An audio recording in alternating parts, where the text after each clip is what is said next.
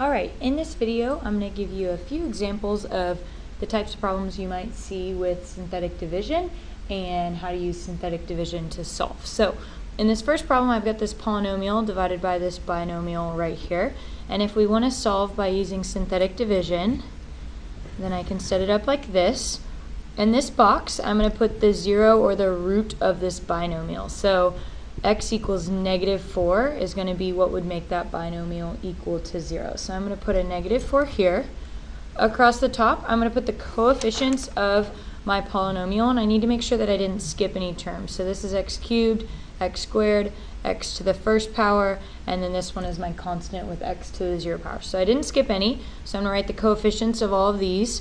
First one would be 1, coefficient of the second term is 3, the third term is -10, and the last term is -24. And then I'm going to be adding the columns, and each thing that I get I'm going to be multiplying times the -4 that I have here in this box. So for the first one, I don't have anything to add up, so I'm just going to bring the 1 down.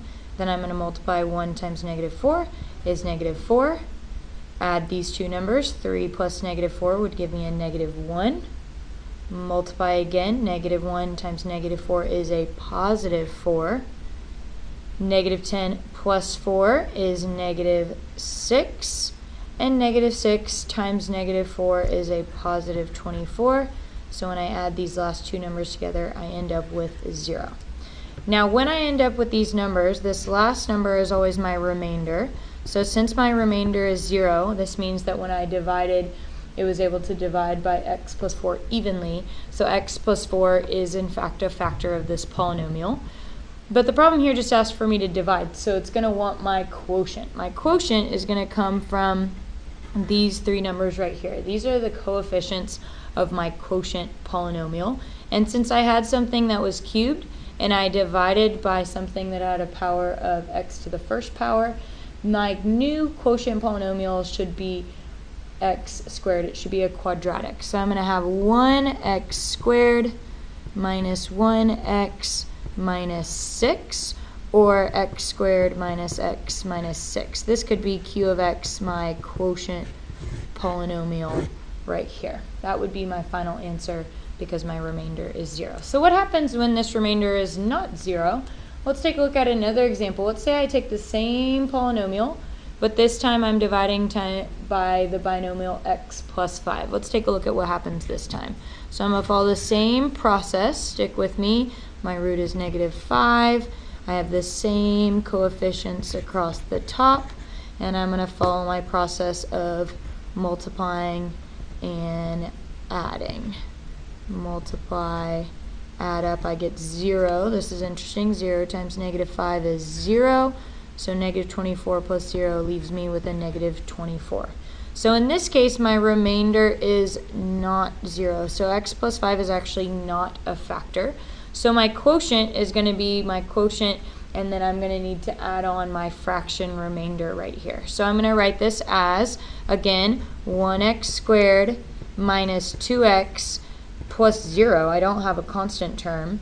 And then this is going to be a fraction. It's a remaining piece. It didn't go in evenly. Out of, I was dividing by x plus 5. So I'm going to say minus 24 out of x plus 5.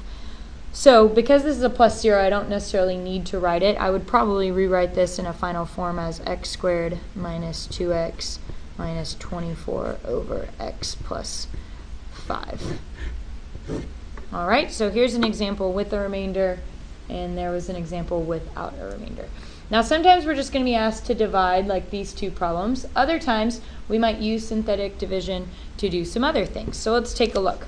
One way that I could kind of rephrase this problem is I could say that given that x plus 4 is a factor of this polynomial, factor the polynomial completely. Which means when I get to this point in my work where I ended up with my quotient polynomial being x squared minus x minus 6, this is not my final answer. It wants me to use this to factor the polynomial completely. Now if I have a quotient, remember my quotient times what I divided by, which was my binomial x plus 4, this should always be equal to my original polynomial. If I multiply all of this out, I would end up with my original polynomial. So I'm almost in factored form if I multiply those two together.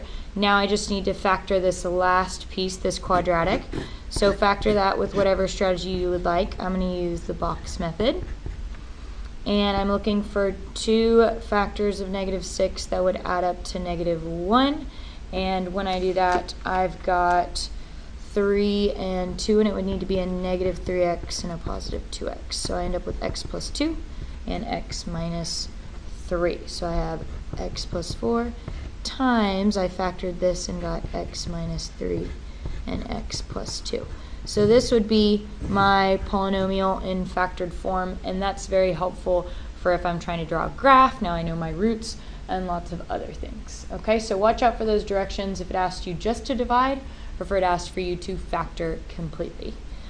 The last thing that we also talked about that synthetic division would be helpful with is just evaluating functions at points. So let's say that I'm given this same polynomial, x cubed plus 3x squared minus 10x minus 24.